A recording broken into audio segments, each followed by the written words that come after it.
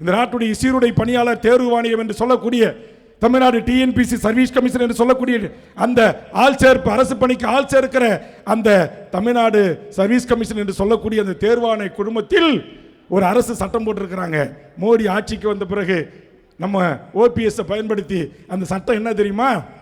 தமிழ்நாட்டில் இருக்கிற விஓவிலிருந்து சீஃப் செக்ரட்டரியாக வரக்கூடிய கோட்டாட்சியார் என்று சொல்லக்கூடிய ஆர்டிஓவிலிருந்து நாளைக்கு டிஜிபியாக வரக்கூடிய டைரக்டர் டிஎஸ்பியிலிருந்து நாளைக்கு உயர்நீதிமன்ற நீதிபதியாக வரக்கூடிய மேஜிஸ்ட்ரேட்டிலிருந்து எல்லா மாவட்டத்துடைய உயர் அதிகார பதவிகளையும் இந்திய நாட்டைச் சேர்ந்த எந்த மாவட்டத்தைச் சேர்ந்தவன் எந்த மாநிலத்தைச் சேர்ந்தவன் வேண்டுமானாலும் இந்த பதவிகள் தரப்படும் என்று பெயர் பலகையை போட்டு பீகாரையும் உத்தரப்பிரதேசகரையும் ராஜஸ்தானையும் மத்திய பிரதேசகரனையும் தமிழ்நாட்டு வேலை வாய்ப்புகளிலே சைலண்டாக அமர்த்தி கொண்டிருந்தான். அதை தமிழ்நாட்டில் இருக்கிற 196 அரசியல் கட்சிகளில் எந்த கட்சியும் அதை கண்டுபிடித்து கேள்வி எழுப்பவில்லை.